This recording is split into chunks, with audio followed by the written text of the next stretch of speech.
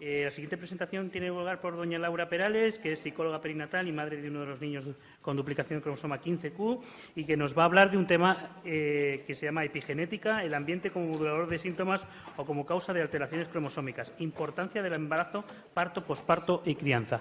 Pues te aviso cuando queden 2 minutillos, ¿vale? Vale, muy bien. Bueno. Yo soy psicóloga perinatal, me dedico a la crianza, sobre todo a la crianza temprana, y además tengo un niño que tiene autismo y además tiene una duplicación del 15q. Con lo cual, pues este tema lo he investigado bastante. Sé que hay cosas que afectan respecto al embarazo, al parto, al posparto, a la crianza temprana. Afectan mucho a cualquier niño, pero en el caso del autismo y cuando hay algún tema genético, pues puede afectar muchísimo más. En la presentación que vais a ver, veréis que os pongo muchas referencias científicas. No las voy a leer para no daros la paliza, ¿vale? Pero ahí las tenéis por si queréis ver las referencias. Bueno, ¿esto cómo se pasa para adelante? Que no tengo ni idea. Sí. Ah, vale, por aquí, que no lo veía. Vale. Bueno. Epigenética. La epigenética, ¿de qué habla? Pues habla de cómo el ambiente va a influir en el genoma, sobre todo cuando ocurren cosas en momentos críticos primales, tempranos. Por ejemplo, como os decía, embarazo, parto y posparto. Tenéis un montón de investigaciones sobre la epigenética, sobre el autismo, sobre cómo esto influye también en la duplicación o la inversión del 15q. Ahí tenéis varias referencias. Sabéis que en el autismo pues no solamente está el 15q, hay bastantes más cromosomas implicados, pero bueno, vamos a hablar de este hoy, que en esto estamos.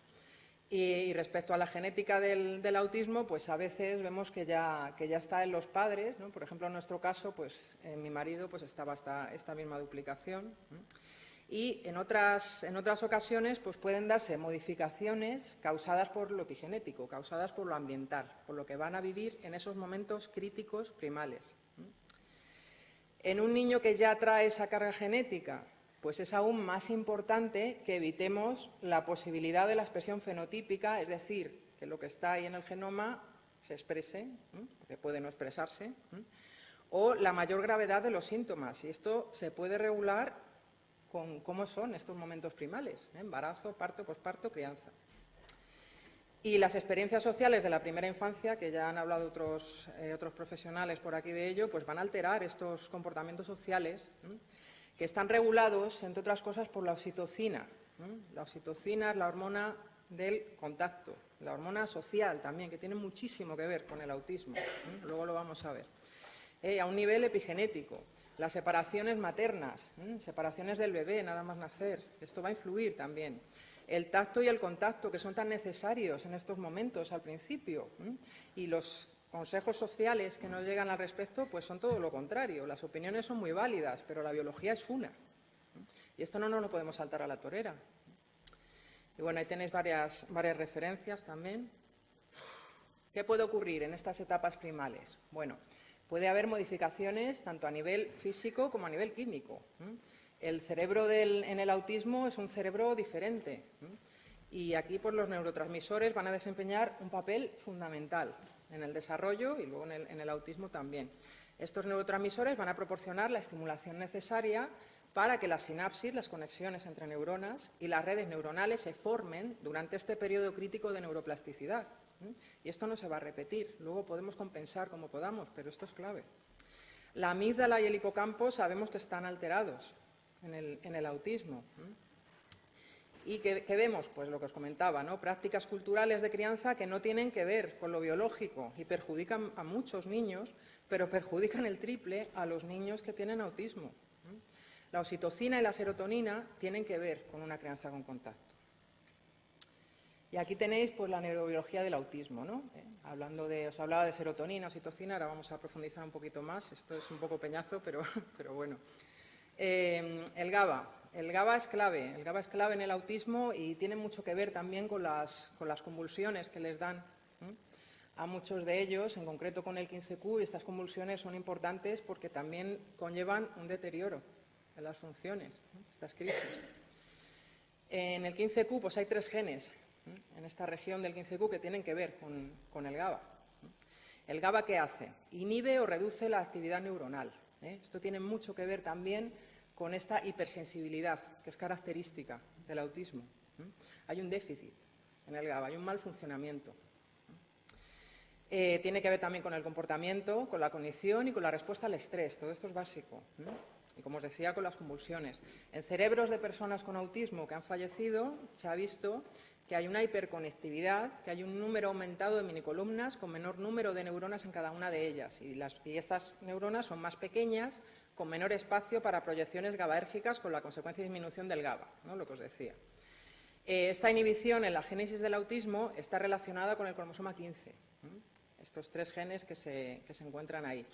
Y el cromosoma 3. Y ahí veis pues, también que sintetiza una proteína que trabaja con el GABA. En cuanto a la serotonina, también tiene que ver con la sensación de felicidad, el sueño, que también se presenta alterado, el bienestar. Está alterada la transmisión de la serotonina en el autismo, esto también lo sabemos. Esto provoca también un desarrollo en el cerebro que es anómalo, que haya más ansiedad, los problemas de comportamiento. También aparece por aquí, que tiene que ver con la serotonina, la vitamina D. Esto también tiene que ver con la crianza, porque esto ha cambiado mucho. Cuando nosotros éramos pequeños, pues salíamos a la calle. Ahora los niños no salen, no les da el sol. Y esta tontería tiene que ver con todo lo que estamos viendo.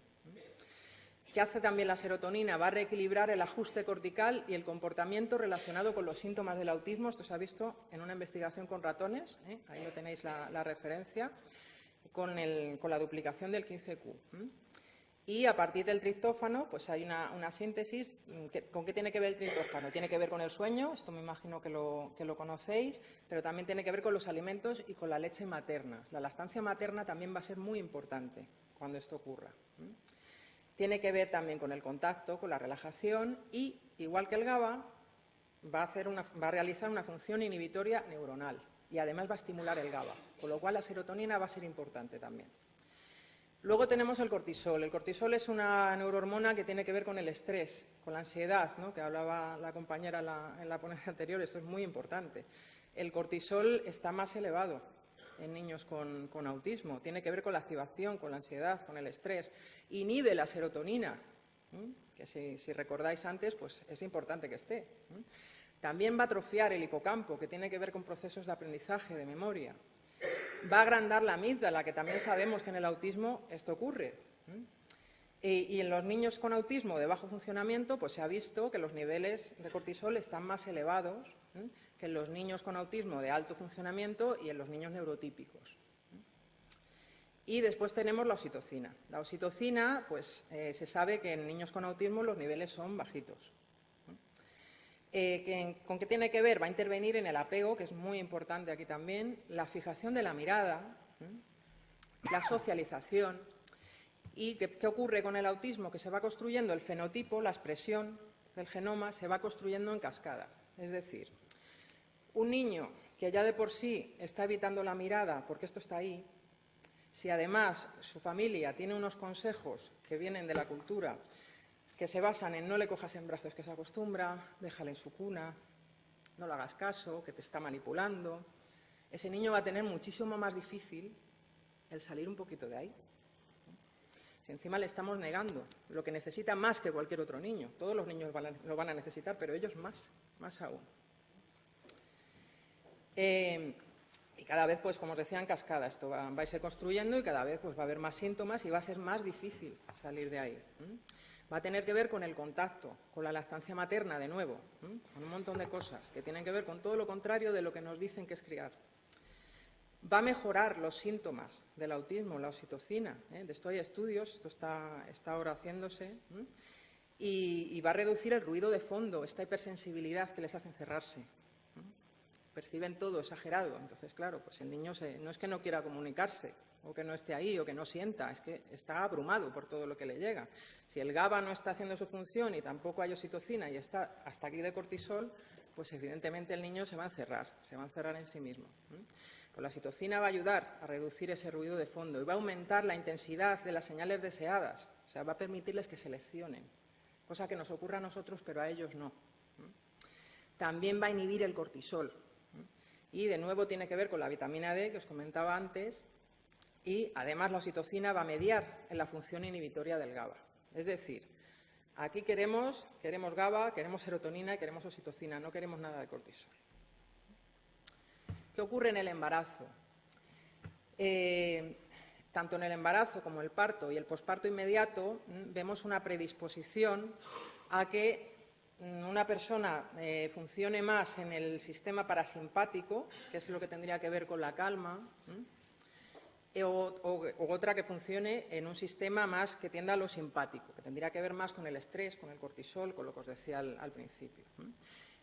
Es decir, que el circuito sea el circuito de la oxitocina o el circuito del cortisol. Ahí tenéis varios estudios de Nils Bergman, muy recomendable. Y esto va a ocurrir pues, en estos momentos primales. En el autismo, pues a veces vamos a encontrar un predominio del simpático con todo ese estrés y otras veces vamos a encontrar en algunas ocasiones que el parasimpático prima demasiado, que el parasimpático genera esta hipotonía, la falta de interés, ¿no? La falta de activación. Es muy importante que el embarazo sea consciente. El embarazo, tal como lo vivimos culturalmente, ya no tiene nada que ver con esto.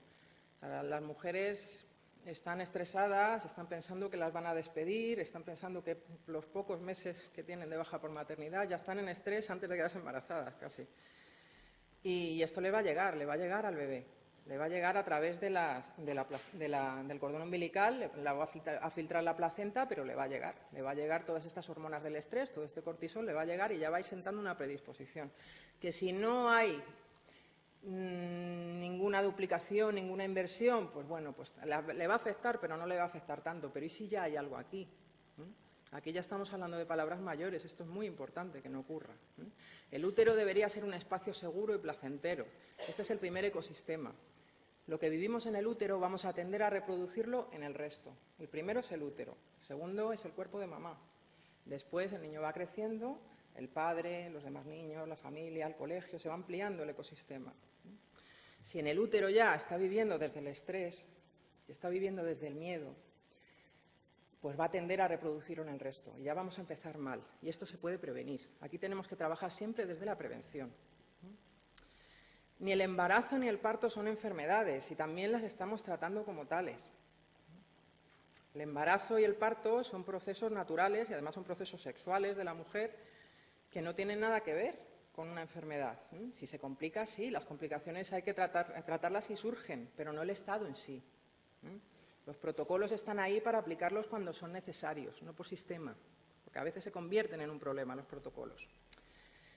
También sabemos que durante el embarazo, cuando se dan altos niveles de testosterona, progesterona y cortisol, hay mayor probabilidad de autismo.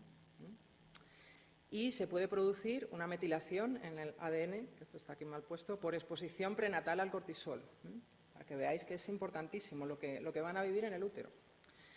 El estrés en el embarazo también sabemos, como os venía diciendo, que es un factor en el autismo, es un factor importante. Y si hay un estrés prenatal, hay una mayor ansiedad y respuesta al estrés postnatal. Es decir, si un niño vive en el útero estrés, va a tender a presentar una respuesta más exagerada a la ansiedad después de nacer. Y esto también les ocurre a los niños con autismo. Esta hipersensibilidad al estrés asociada al autismo, esto está ahí. Y mayor probabilidad de convulsiones también con el estrés prenatal. Y en el parto, ¿qué ocurre en el parto? Pues aquí hay un diálogo neurohormonal que es sagrado, que nadie debería romper, entre el cerebro del bebé y el de la madre. Esto se rompe por sistema, esto hay que cambiarlo ya, esto es urgentísimo. Y aquí ya no solamente hablamos de autismo y de duplicaciones, inversiones, hablamos de que esto afecta a la mayoría de los niños que nacen hoy en día. Hablamos de trastornos del apego y de otra serie de cosas. ¿Cómo son nuestros partos? ¿Respetamos este proceso neurohormonal o aplicamos protocolos? Porque sí, sin necesidad. Que reitero, los protocolos están ahí para aplicarlos cuando son necesarios, no por sistema. ¿Y qué ocurre? Pues se rompe este diálogo neurohormonal y luego pues pueden pasar cosas. Es muy importante todas estas neurohormonas que se segregan durante el parto para la lactancia y para el vínculo posterior. Y claro, aquí vamos viendo la escalada. Si ya pasan cosas en el embarazo, en el parto, va a ser más fácil que sigan pasando después. Todo está relacionado. Las intervenciones van a poder salvar vidas, pero no deben aplicarse por protocolo, como os decía, sino cuando sean necesarias. Y el apoyo emocional sabemos que va a disminuir las complicaciones obstétricas.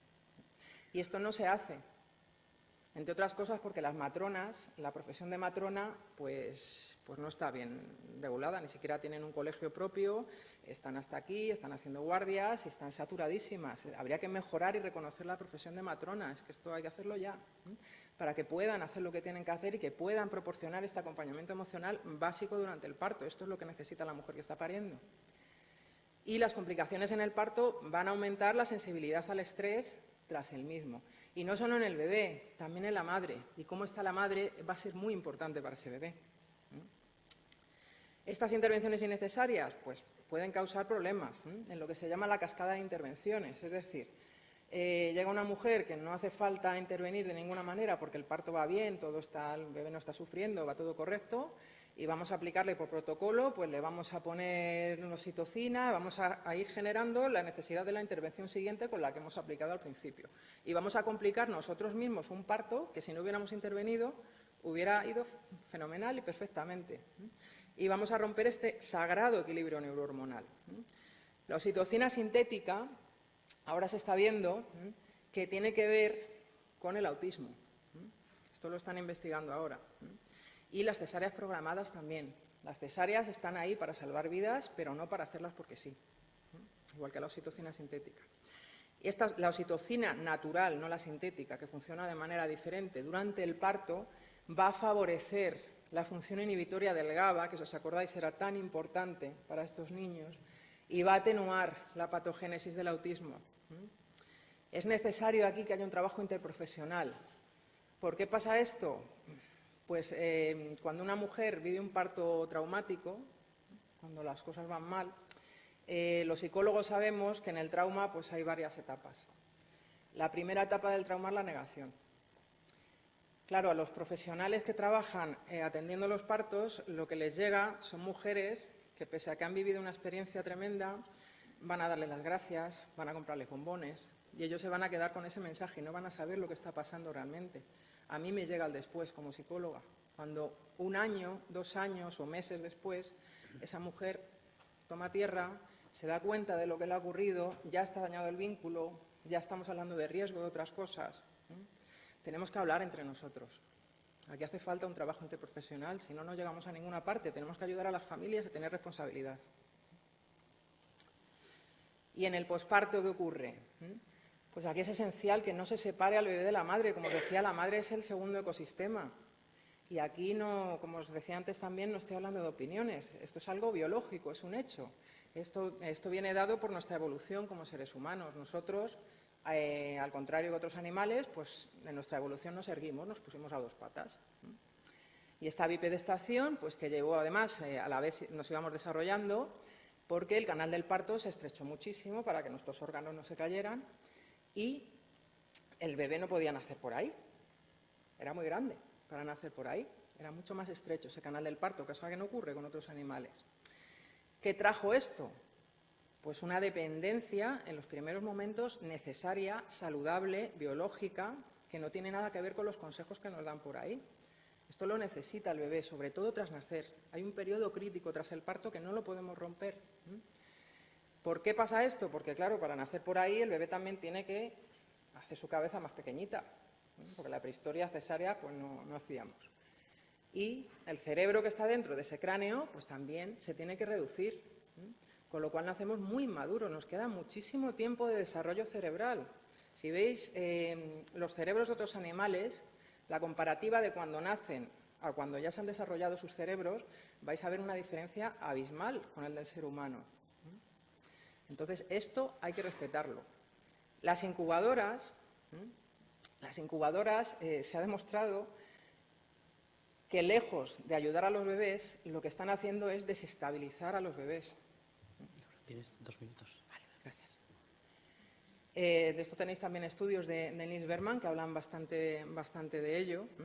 Y no sé si conocéis el llamado método canguro, que no es que sea un método, es lo que necesita el bebé. Para el bebé ahí no hay elección posible, ¿no? Pero bueno, que consiste en no separar a la madre del bebé, en ponérselo piel con piel, y se ha visto que los bebés que están en la incubadora se van a desestabilizar y que en 5 minutos de piel con piel van a recuperar todas sus funciones vitales.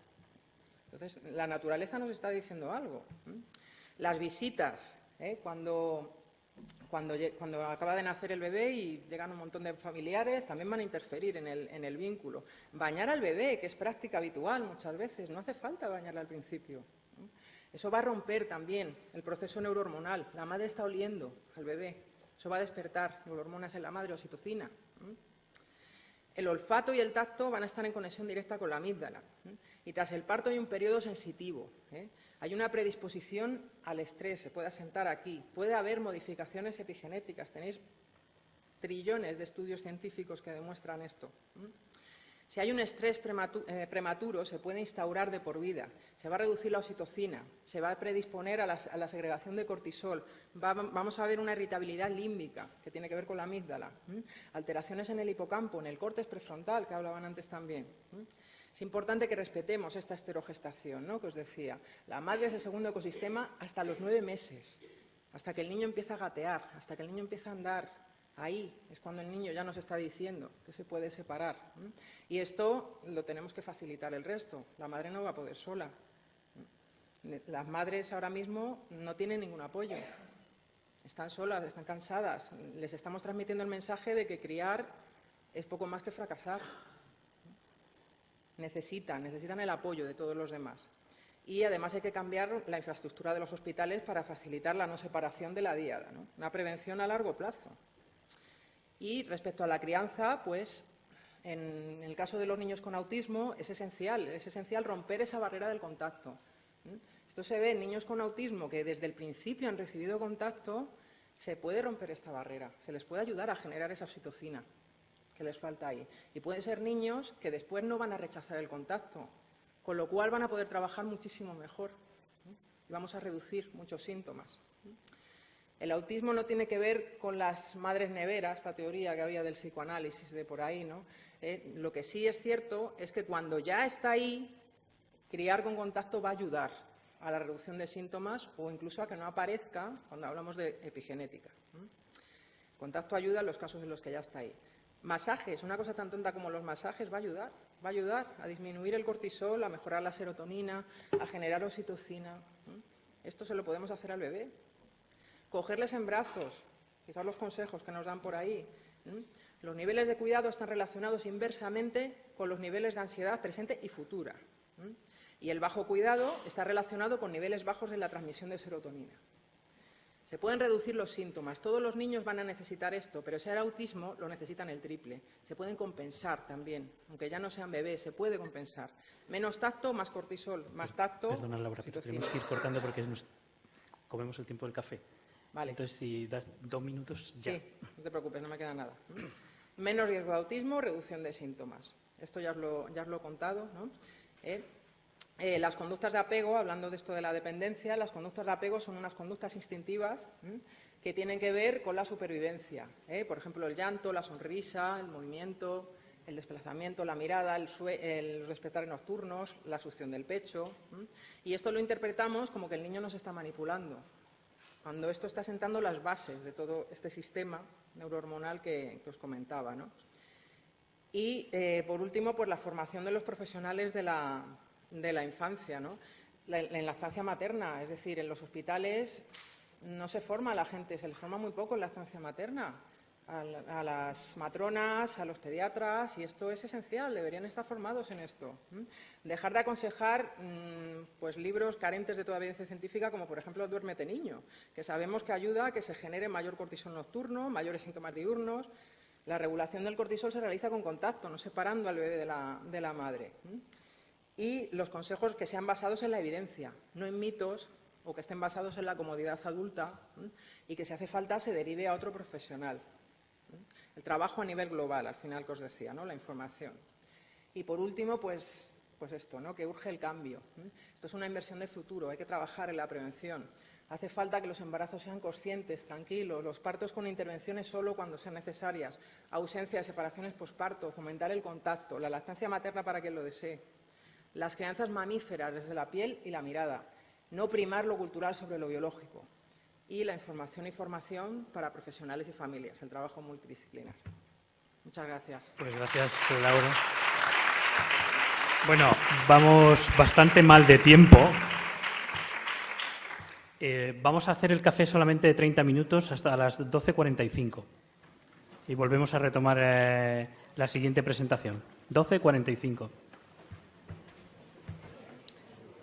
Vamos a continuar después de la pausa del café con la siguiente ponencia que va a tener lugar por la doctora Eva Barroso, que es aquí responsable de neurogenética del INGEM y que nos va a hablar de la epilepsia y síndrome de inversión-duplicación del cromosoma 15q.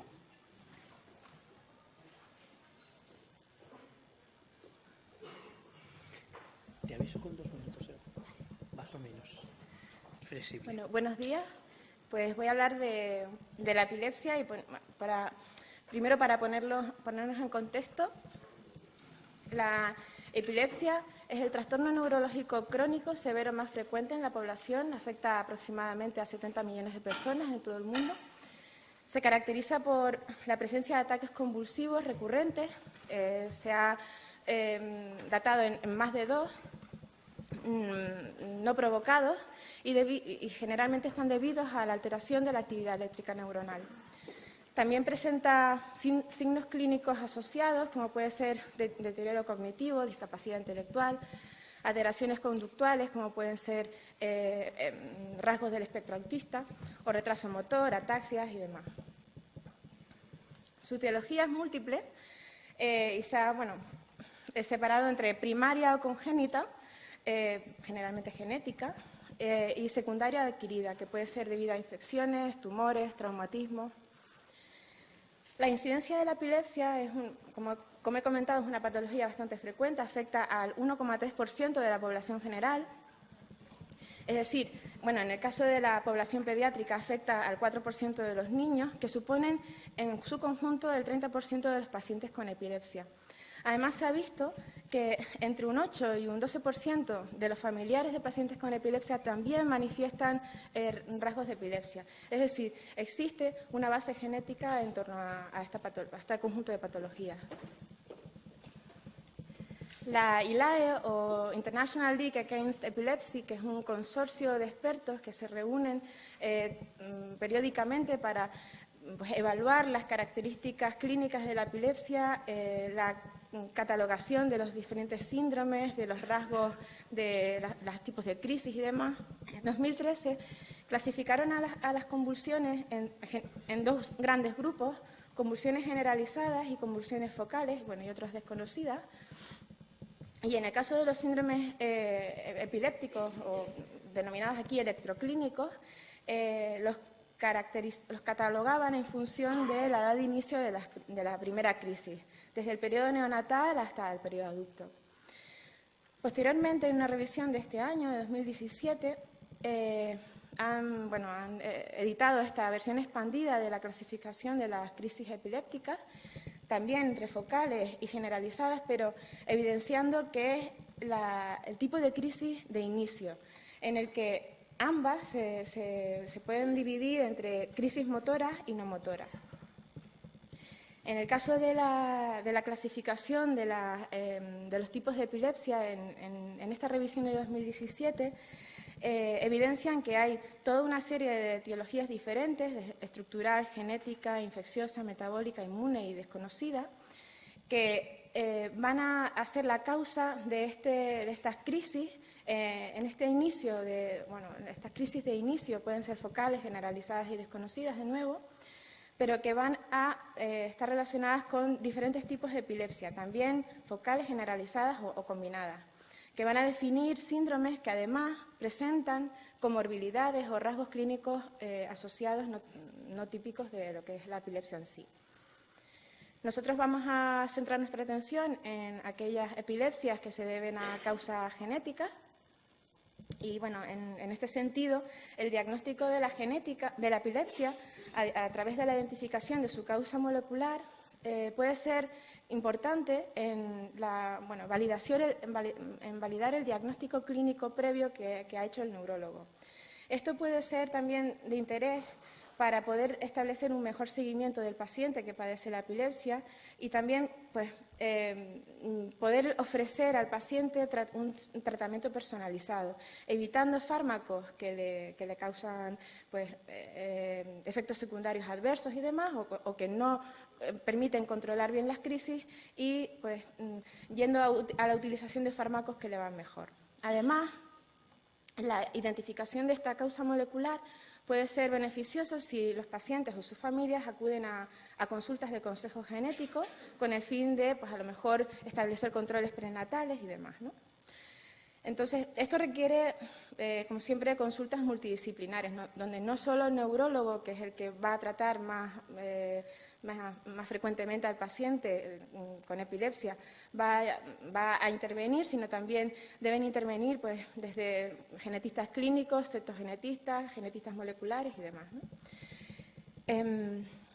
Bueno, voy a dar una pincelada de conceptos básicos de genética, porque entiendo que aquí hay familiares de pacientes que quizá no tengan estos conocimientos. No voy a profundizar mucho, pero al menos que entiendan un poco los conceptos. La mutación es un cambio del genoma que provoca la aparición de una enfermedad y generalmente se produce en el proceso de replicación del genoma y puede afectar también a cambios epigenéticos.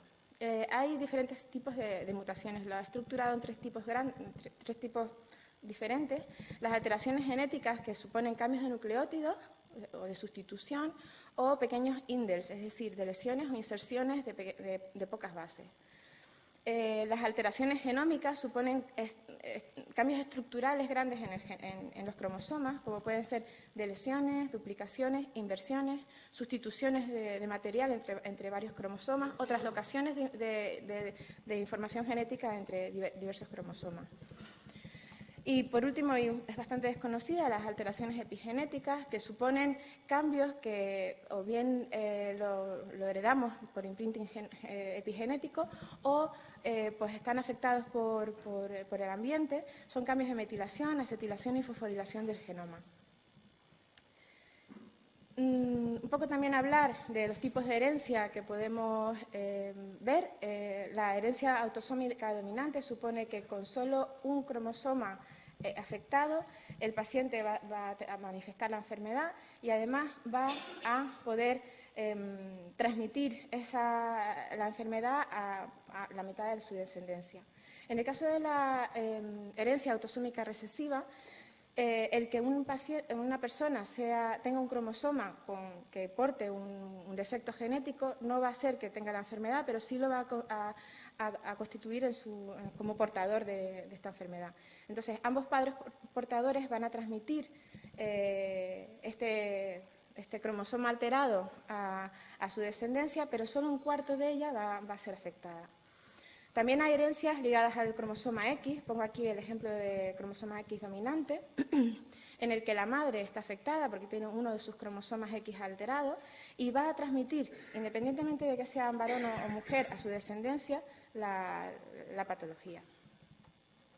Hay otro tipo de herencias diferentes, como pueden ser el mosaicismo germinal, mutaciones de novo germinales, mitocondriales, poligénicas, multifactoriales, es decir, hay muchos otros tipos de herencia, no solo las más tradicionales, que también que pueden permitir esa transmisión de un defecto genético. En cuanto a las causas moleculares de la epilepsia, voy a primero mostrar mutaciones específicas en genes concretos.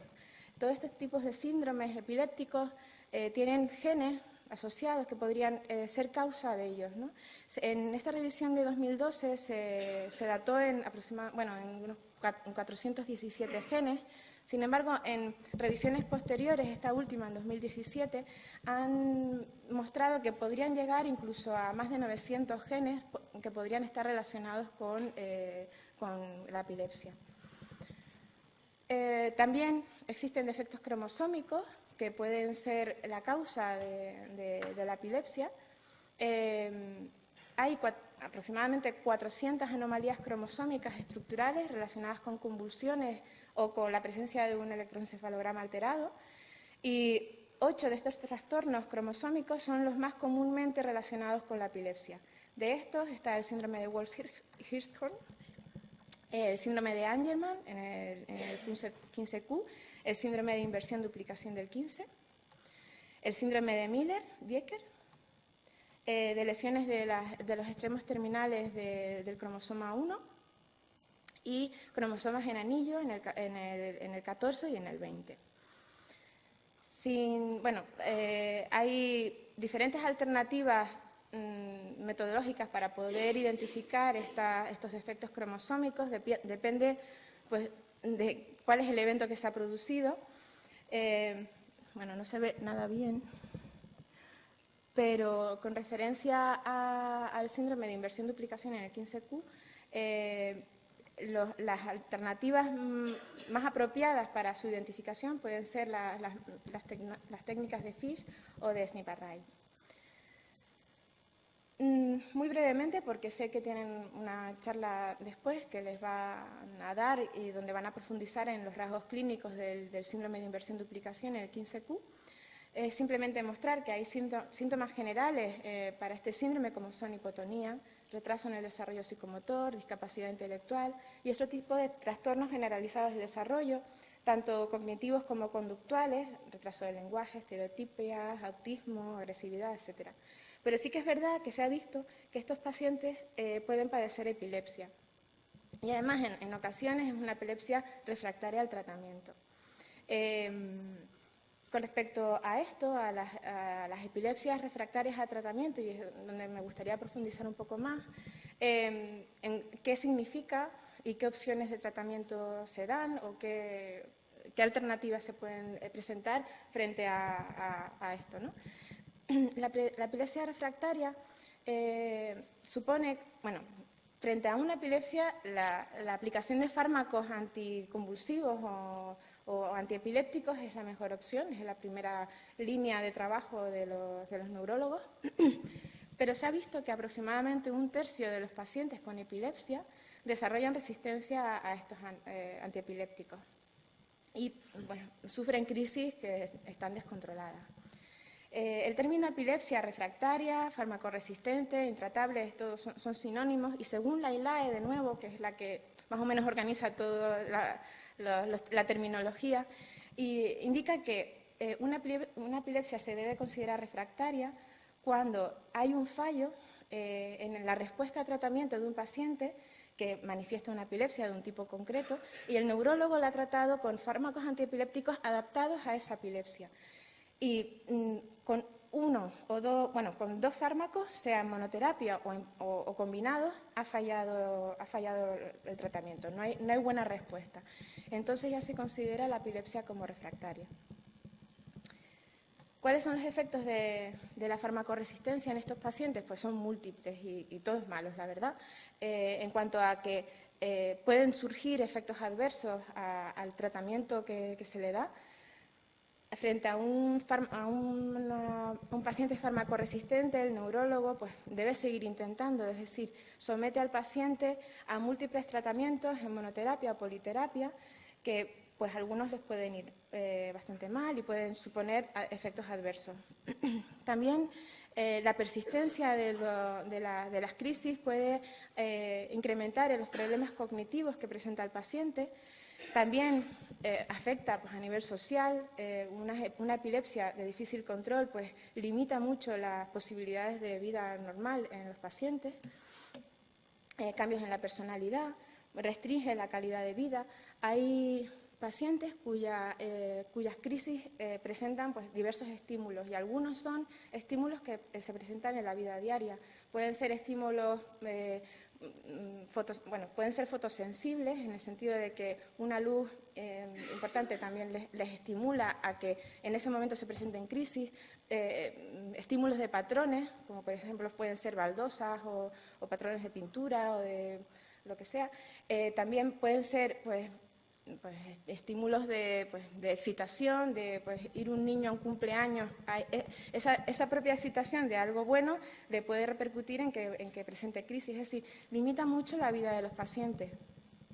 También se ha visto que la presencia de crisis no controladas incrementa la mortalidad de pacientes con epilepsia, sea porque por la presencia de lo que se ha venido a denominar SUDEP o muerte súbita en los pacientes con epilepsia, o porque se incrementa la presencia de signos clínicos de comorbilidades que afectan a la mortalidad.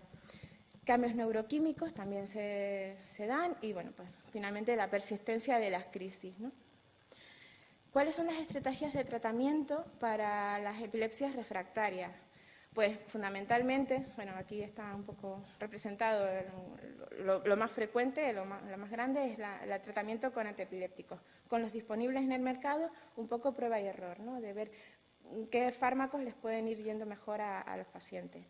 En este sentido, sí se ha visto que el paciente que no responde bien a los primeros 2 fármacos antiepilépticos tiene pocas probabilidades de que le vaya mejor los fármacos siguientes. En esta tabla, no sé si la ven bien, se ve que el número de fármacos que se le administra a un paciente con epilepsia, con el primer fármaco administrado en pacientes con epilepsia, casi el 50% de los pacientes mejoran, o sea, tienen un control de las crisis. A partir de ahí, hay una caída drástica de la mejoría de estos pacientes. Es decir, verdaderamente la prueba y error a partir del tercer fármaco apenas mejora, aquí un 3%, un 1% adicional, pero apenas mejora la calidad de vida de estos pacientes. Una alternativa que se ha aplicado y, bueno, con mejoría en aproximadamente un 50% de los pacientes con epilepsia es la dieta cetogénica. En este sentido sí que mejora las crisis, pero hay que tener control de cómo se administra esta dieta, porque en pacientes pediátricos donde, pues, debido a las restricciones de la dieta, lo que hacen es que, pues, claro, no se puede prolongar en el tiempo, son pacientes que tienen que crecer y limitaciones en la dieta no son las más adecuadas para esto, ¿no? En aquellas en aquellas epilepsias que son focales, una alternativa es la resección quirúrgica de esa zona, teniendo bien localizado el foco de la epilepsia. La neuroestimulación también es una alternativa que se da a estos pacientes farmacoresistentes en cuanto a la estimulación del nervio vago, pero sí que se ha visto que tiene múltiples efectos adversos. Y bueno, lo que comenté antes, pues el control del estilo de vida, limitar el que el paciente se enfrente a los estímulos de sus crisis. Un poco, si su estímulo puede ser una temperatura ambiental elevada, pues quizá incluso las familias se mudan a regiones de este país que no tengan unas temperaturas tan elevadas, como pueden ser el norte de España. En cuanto a los predictores de farmacoresistencia, pues, ¿qué nos predice que un paciente va a ser farmacoresistente? Que la respuesta ha sido inadecuada para el primer antiepiléptico administrado. Además, pueden ser, pues, que epilepsias sintomáticas por defectos estructurales del cerebro son más farmacoresistentes que las idiopáticas, que deben tener una causa genética. También se ha visto que aquellas epilepsias, bueno, aquellas crisis que son más frecuentes antes del primer tratamiento, también estos pacientes van a tender a ser más farmacoresistentes. En cualquier caso, ninguno de estos elementos explica el mecanismo de epilepsia refractaria. Se ha tratado de identificar las posibles causas de la farmacoresistencia en todos estos campos, en la hipótesis de farmacocinética, de que la farmacocinética de cada fármaco en cada paciente es diferente, que haya variantes genéticas que inducen a que ese fármaco pueda ser metabolizado de una forma o de otra, a que no encuentra las dianas en el paciente, la hipótesis de que los fármacos no se transportan de igual modo en un paciente que en otro, una severidad intrínseca debido al tipo de epilepsia, o pues a que afecta a diferentes rutas neuronales que pueden estar relacionadas con esta farmacoresistencia. En cualquier caso, se da la identificación de la causa genética de la epilepsia puede mejorar en algún modo el estatus de farmacoresistencia de un paciente. En este sentido, Se ha visto que, por ejemplo, bueno, con la aparición de la secuenciación masiva en estos últimos años, ha permitido la identificación de múltiples genes relacionados con síndromes epilépticos. Se ha visto, no se ve nada, pero se ha visto que, por ejemplo, pues aquí, si un paciente tiene un defecto en este gen, el fenotipo, o sea, su epilepsia, de ser una epilepsia o una encefalopatía epiléptica sin catalogar, pasa a ser una epilepsia dependiente de piridoxina. Es decir, que la administración de piridoxina va a mejorar las crisis en este paciente, y así con todo. Entonces, la identificación de la causa genética de pacientes con epilepsia que hasta ahora pues, no han podido acceder a un diagnóstico molecular adecuado, va a permitir no solo identificar qué fármacos de entre los que están disponibles en el mercado hasta ahora son beneficiosos para él, sino además evitar dar pues, ciertos fármacos que para esa epilepsia en concreto van mal. 2 minutos, Eva. Vale, ya termino. Como conclusiones a lo que les he presentado, la epilepsia es un defecto neurológico frecuente en la población con una etiología múltiple y cuya clasificación se establece en función del tipo de convulsión inicial, el tipo de síndrome epiléptico y la presencia de comorbilidades. Las epilepsias genéticas se deben a defectos en más de 400 genes hasta ahora identificados y más de 400 alteraciones cromosómicas diferentes. El síndrome de inversión-duplicación del 15q es uno de los 8 síndromes con defectos cromosómicos más frecuentemente asociados a epilepsia. Este síndrome puede tener pacientes que son farmacoresistentes y en este sentido la epilepsia refractaria tiene importantes efectos negativos en el paciente, de modo que la identificación de sus causas y la aplicación de estrategias de tratamiento personalizados resultan fundamentales en el control de las crisis. Y bueno, pues gracias a la organización por haberme invitado y a mis compañeros del INGEM. Bueno, vamos a dejar las preguntas para la mesa redonda. ¿O te tienes que ir? Me tengo que ir. Bueno, pues una pregunta rápida. ¿Tenéis alguna duda? ¿Por qué hay tanta diferencia en el síndrome, o sea, las crisis epilépticas entre unos niños y otros? Si el gen, vamos, los genes que están involucrados son los gametas. Hay niños que tienen, por ejemplo, crónicas como mi hijo, otros crisis de ausencia.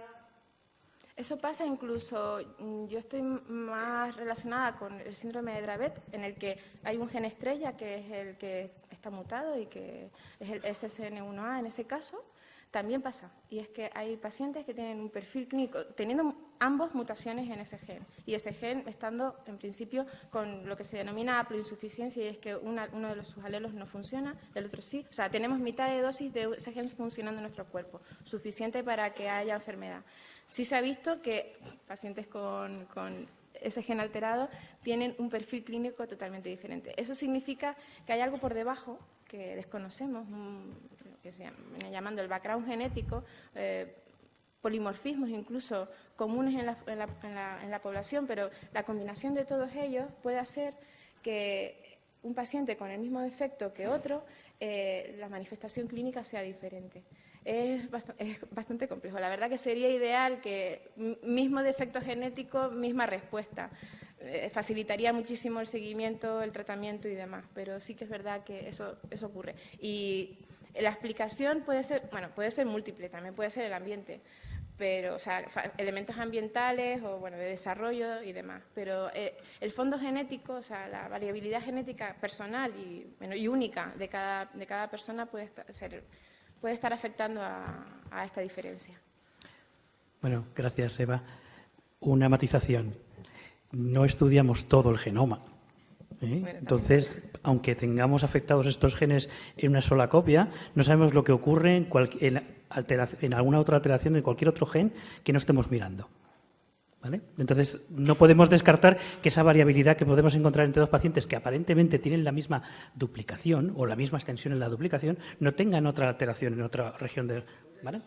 Podría ser otra alteración que estuviese trabajando en la misma vía de acción de que tiene, por ejemplo, GABA. Pero esto es especular. ¿Vale?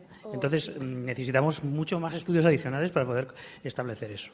Además, cuando dices el ambiente, el azar y todo, bueno, eso se llama predisposición genética desde el punto de vista de un genetista.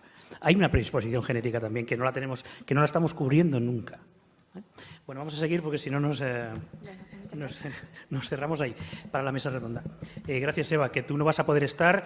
Si de todas maneras alguien tuviese alguna pregunta para Eva, después, cuando esté en la mesa, pues si podemos contestarla a los demás, la contestamos y si no, la trasladamos. ¿Vale? No hay problema. Vamos a continuar con el programa y vamos a hablar de la epilepsia en España, enfermedad y estigma, que nos la va a presentar don Arturo Morgade Salgado, que es vocal de la Fundación del 15Q y además es miembro afectado, vamos, que tiene un miembro afectado en su familia. Muchas gracias. ¿Te aviso con 2 minutos más? Vale, perfecto. En primer lugar, gracias al Hospital de la Paz y a la Fundación por tener oportunidad de mostrar un poco toda la problemática que lleva asociada a la enfermedad. Evidentemente, empezamos José Carlos y yo trabajando con la lucha por la epilepsia y al entrar en la Fundación los problemas que tiene la gente que está allí con el síndrome son mucho mayores y más complejos de los que tenemos las personas que padecemos simplemente epilepsia. Pero la epilepsia en España considero que sigue siendo claramente un estigma y que termina marcando injustamente la vida de la persona que lo padece y su entorno familiar. Y eso es lo que quiero poner de manifiesto. No solamente es un problema que te provoca una serie de alteraciones neurológicas, sino que hay una desinformación, hay una serie de ideas preconcebidas y termina marcándote tu vida, la de tu familia, en distintos momentos y además con consecuencias importantes. Y eso es lo que quiero poner de manifiesto con esta ponencia. Parte en gran medida de la imagen demoníaca y asociada a la crisis generalizada que quienes lo padecemos da pie a la sensación de que somos personas problemáticas, conflictivas, desequilibradas, etc. Y no afecta solamente al enfermo, sino que pasa a ser el primer factor que condiciona la vida familiar, porque normalmente quien convive con una persona con epilepsia, evidentemente la acepta, la quiere, pero lo pasa mal cuando están los procesos en marcha y cuando tiene una crisis. Y además, cara a los padres, tiene que dedicarse uno de ellos al cuidado en especial del enfermo y termina suponiendo un lastre para su desarrollo personal, profesional y en la fuente de ingresos. Es un problema que le dedicó tiempo la Organización Mundial de la Salud hace 2 años, pasando a ser su tema central. Y se dieron una serie de indicaciones y también unos tirones de orejas a distintos países. En algunos países no existe ni siquiera un suministro regular de los medicamentos necesarios para combatirlo y en otros se viene a decir que hay que hacer una serie de reformas legislativas en el sistema educativo, etcétera, para cubrir todas estas deficiencias. Lo firmaron los países más desarrollados, pero curiosamente no lo firmó España. En España somos 700.000 los enfermos, según unas estadísticas, otras dicen que es más, y evidentemente las familias donde hay un enfermo pasa a ser, como decía antes, el elemento fundamental del desarrollo de su vida y que, por lo tanto, si se dieran soluciones a algunas de las propuestas que luego indicaré, pues estarían eternamente agradecidos. Habría 2 millones de personas, considerando que son 3 o 4 miembros de la unidad familiar a las que le cambiaría totalmente su tipo de vida. Eso hace que el enfermo tenga 2 momentos críticos en el desarrollo de su vida, que es en el momento de inserción en el sistema educativo. Normalmente las primeras crisis que se tienen con 3, 4 años o edades inferiores son terribles, lo puedo decir por experiencia. Yo cuando tenía esa edad y me venía un episodio, tenía la sensación del áurea que te subía desde el estómago y yo tenía la sensación de que dentro de mi cuerpo había una serie de gente y le decía a mi madre o a mi padre: mamá, papá, vienen los señores. Entonces, cuando un chaval, una niña, tiene esa sensación y tiene los episodios, en edades tempranas, aparte del episodio en sí, lo que crea es una ansiedad vital porque es que no sabes ni entiendes lo que te está pasando y te provoca unos problemas derivados de estrés, de ansiedad muy fuertes. Solamente cuando ya vas teniendo una cierta edad y empiezas, por los conocimientos que vas teniendo del sistema educativo, lo que te van diciendo, a entender lo que es el episodio, empiezas a tomártelo con naturalidad, pero hasta ese momento lo estás pasando fatal. Y apoyándome en un trabajo que hizo el neuropediatra del Hospital Niño Jesús, el doctor García Peña, hizo una definición de los tipos de epilepsia que pueden darse. Y eso es importante para tomar las medidas adecuadas para garantizar que esas personas puedan tener una vida digna. Entonces, hay situaciones en que unas personas tienen una capacidad normal o alta, pero a pesar de eso se dan fuertes porcentajes de fracaso escolar. Hay otras personas que tienen una inteligencia, digamos, al límite, pero que pueden desarrollar una vida digna.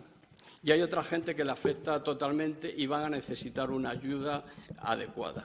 Y entonces, para cada tipo de colectivo hay que dar la solución adecuada y garantizarles que puedan tener un desarrollo cognitivo y futuramente laboral adecuado. Entonces, la epilepsia necesita que en el nivel educativo se dé el tratamiento adecuado. Hay alteraciones del aprendizaje y dificultades de tipo psicosocial. Entonces, normalmente la persona que tiene epilepsia tiene en los primeros momentos de su vida escolar problemas de lenguaje, problemas de cálculo, problemas de expresión, y eso hace que quizás tengan que tener un desarrollo pedagógico a su medida. Muchas veces se tiene la idea de que tienen que tener una inserción educativa normal, y ahí nos encontramos con que se les puede estar exigiendo un ritmo académico que no pueden llevar, o por parte de los profesores no conocen las características específicas que necesita el aprendizaje de ese niño. Con lo cual, llega un momento que, pasados los 2 años, estamos con una situación de fracaso escolar, quedan fuera del sistema educativo y has creado, digamos, una persona que permanentemente no va a tener una inserción adecuada. Quizás sea más lógico y razonable tener programas específicos para estas gentes que lleven su ritmo, que tarden 2 o 3 años más en terminar la enseñanza normal obligatoria, bueno, pero la han acabado. Que empiezan a trabajar en el mercado laboral 2 o 3 años después, pero están trabajando. Pero de la otra forma, intentar de una forma ideal que lleven una trayectoria académica como cualquier otro niño es estarles condenando al fracaso. Y en ese sentido se tiene que dar una labor coordinada por parte del colegio y de los padres. Muchas veces los padres, cuando tienen un hijo con epilepsia, son tremendamente sobreprotectores y no consiguen que su hijo desarrolle muchas actividades y terminan siendo tremendamente dependientes de los padres. Eso es un problema a largo plazo, porque mientras que están los padres te cubren, te dan todo tipo de apoyo, pero cuando tenga esa persona 50 años y ya no estén los padres, la situación puede ser tremenda. Y en muchos casos tienes el afecto, tienes el apoyo que te da tu entorno familiar, pero te hace tremendamente dependiente de ellos. Yo en algunas salas de espera, cuando he ido a neurólogos, he visto a personas que estaban allí, pues vestidos como yo, con traje, y que le tenían que levantar, llevarle de la mano a los padres. Y le preguntaba al neurólogo, ¿y esta persona qué problema tiene? Y dice, pues una situación como la que puede tener usted. Lo que pasa es que la han hecho tan dependiente de los padres que no han permitido su desarrollo. Yo, afortunadamente, digamos, he tenido la suerte de estar en una situación privilegiada. He podido estudiar, he podido trabajar, pero en otros casos a la gente, cuando no se le da un desarrollo pedagógico correcto, estás creando una persona totalmente dependiente, totalmente inválida, y lo que hay que hacer es adecuar el aprendizaje para que pueda tener en función de sus capacidades, una inserción laboral y social adecuada. Entonces, se tiene que luchar porque haya programas para que en este grupo que hablaba antes, que gente que tiene una inteligencia normal o limitada, pues es gente que perfectamente puede aprender determinadas profesiones y tener determinadas actividades laborales con las que se relacionen, vayan fuera de casa, tengan contacto con la gente, tengan unos ingresos y eso le permita una situación de vida normal y con felicidad. Y la gente que tenga problemas serios de capacidad, lo que hay que crear son talleres o sitios donde, con las ayudas de los organismos públicos, evidentemente tengan, en el momento que falten los padres, una suficiencia económica, pero sobre todo un sitio donde van, donde se desarrollan, donde entran en contacto con otras personas.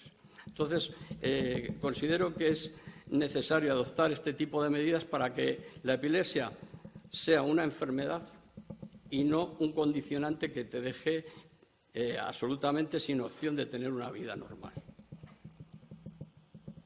Como decía antes, las consecuencias que tienen a nivel de aprendizaje es dificultades en el aprendizaje de la lectura y escritura, el manejo y razonamiento de habilidades matemáticas, hiperactividad y déficit de atención, y luego nos encontramos con los problemas de tipo de convivencia, con posibles situaciones de agresividad, bullying o por parte del sistema educativo y de los profesores no conociendo con precisión qué es lo que se tiene que hacer respecto de ese alumno, meterle, digamos, en una dinámica docente como la que tiene cualquier otro alumno, y lo que estás fabricando a medio plazo es una situación de fracaso escolar irreversible. Este problema se da durante edades tempranas hasta que terminas tu época, digamos, de estudios. Pero el problema se agrava aún más cuando ya eres adulto, y lo digo por experiencia. Como consecuencia de esa imagen que poníamos antes, yo puedo decir, por experiencia propia, que habiendo sacado mis 2 carreras, teniendo puestos de responsabilidad en empresas donde has estado, a lo mejor, con una fuerte carga de trabajo porque tenías 16 salvedades en los informes de auditoría que tenías que poner la empresa al día, y eso lo haces durante 2 años, todo iba perfectamente. Ahora, el día que coges y tienes un episodio, te caes al suelo y tienes una convulsión delante del resto de la gente, se han sacado todo. A las 48 horas tienes la carta de despido. Y con otras enfermedades puedes tener periodos de bajas superiores, porque puedes tener un infarto y necesitas un tratamiento prolongado, o un tema de cáncer. En esos casos se reserva el puesto de trabajo y cuando terminas te reincorporas. Y el problema no es solo el despido, sino que además eso se termina sabiendo. Y todavía te cuesta mucho más el volver a encontrar otro puesto de trabajo. Entonces, son injusticias que cuando hemos estado en el Congreso con los políticos he insistido en ello. Y se necesitaría una modificación legislativa que prohibiese todo esto. Evidentemente, una persona con epilepsia, yo no puedo ponerme a conducir un avión, ni puedo estar trabajando en la construcción, ni puedo estar haciendo actividades que impliquen un riesgo. Y si así lo estoy haciendo, sería lógicamente una causa de despido válido. Pero podemos realizar otro tipo de actividades. Y entonces, conforme al artículo 14 de la Constitución, que dice que todos los españoles son iguales ante la ley sin que deba prevalecer discriminación por razón de raza, sexo o cualquier otra condición social, ese despido debería ser nulo con readmisión. Pero el sistema judicial termina dictando un despido improcedente con una indemnización y ya con la marca puesta ahí. Y al final te tienes que buscar la vida por ti mismo y ponerte por cuenta propia, porque no tienes ese apoyo. Y lo he padecido 3 veces, lo digo con conocimiento de causa. Entonces, tiene que llegar un momento en que el político sea consciente de todo ello y tiene que haber una normativa específica que obligue a los jueces, como ha pasado con el caso de los despidos de las embarazadas 1 año después del embarazo, que prohíba despido improcedente y lo declare como nulo cuando la causa del despido haya sido esta enfermedad y siempre y cuando la actividad que está desarrollando sea compatible con tu enfermedad. Lo que suele suponer en algunos casos cuando tienes un episodio pues son 2 horas que hasta que te recuperas puedes estar funcionando normalmente. Entonces, con todos estos problemas de tipo educativo, laboral, la persona que padecemos epilepsia no solamente estás luchando con la enfermedad, sino que intentas llevar una vida lo más normal posible y te cuesta Dios y ayuda. Y en gran medida porque existe esa idea preconcebida, esa falta de información de lo que es esta enfermedad y de lo que conlleva, y que debería ser otra cosa totalmente distinta. Entonces, esto hace unos años, un poco por la rabieta de haberlo estado sufriendo durante bastante tiempo, y también porque mi hijo padeció, se le diagnosticó una epilepsia infantil, lo que no quería es que se volviera a encontrar con todos los problemas que yo me he encontrado. Y me puse a hacer un estudio de cómo está la enfermedad en otros países. Y como en otras muchas cosas, pues llevamos un retraso normalmente que es de 10-15 años. Hay países, sobre todo los países nórdicos, los países anglosajones, el Reino Unido, donde existe una normativa mucho más clara y exigente para evitar todas estas situaciones de discriminación. En los países nórdicos, en Suecia, por ejemplo, con el Ombudsman, el equivalente al defensor del pueblo español, pones en conocimiento del Ombudsman tu despido y si se da esa situación de que ha sido debida exclusivamente a la enfermedad, en 15 días está readmitido. Aquí todo eso ni se tiene en consideración. Terminas con el despido improcedente y se acabó a buscarte la vida. En Inglaterra se hizo un programa bastante completo de lo que debían ser las medidas para el sistema educativo, el sistema legal, para salvar esta situación. Fue en gran medida debido a que